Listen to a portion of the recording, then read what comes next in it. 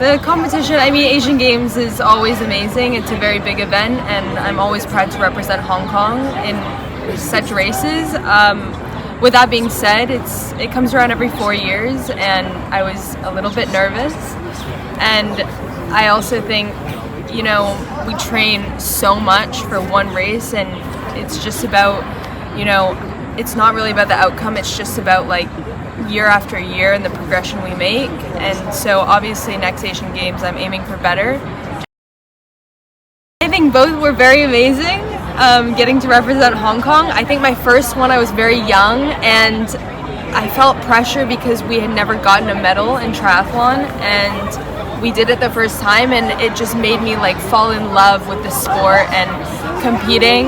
And this time I felt like, you know, the field of triathlon and females in Asia has really raised their standard, and with that we have too, but I felt a bit more pressure. Strongest rivals were Japan and China this time around, in the individual and in the relay.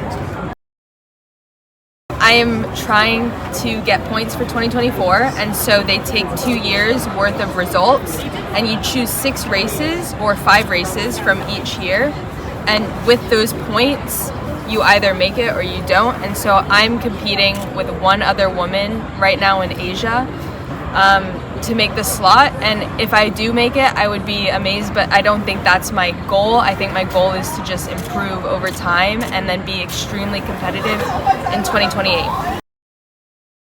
I'm very grateful for HKU because they've been so accommodating to me. I think with triathlon compared to other sports, it's a lot more of a time commitment to training. We have to be training 7 days a week, 2 or 3 sessions a day. And with that, I can only take maybe like 2 or 3 and like 4 if I'm reaching classes a semester. And so HKU's been great with that. I definitely need to take more than 4 years to graduate.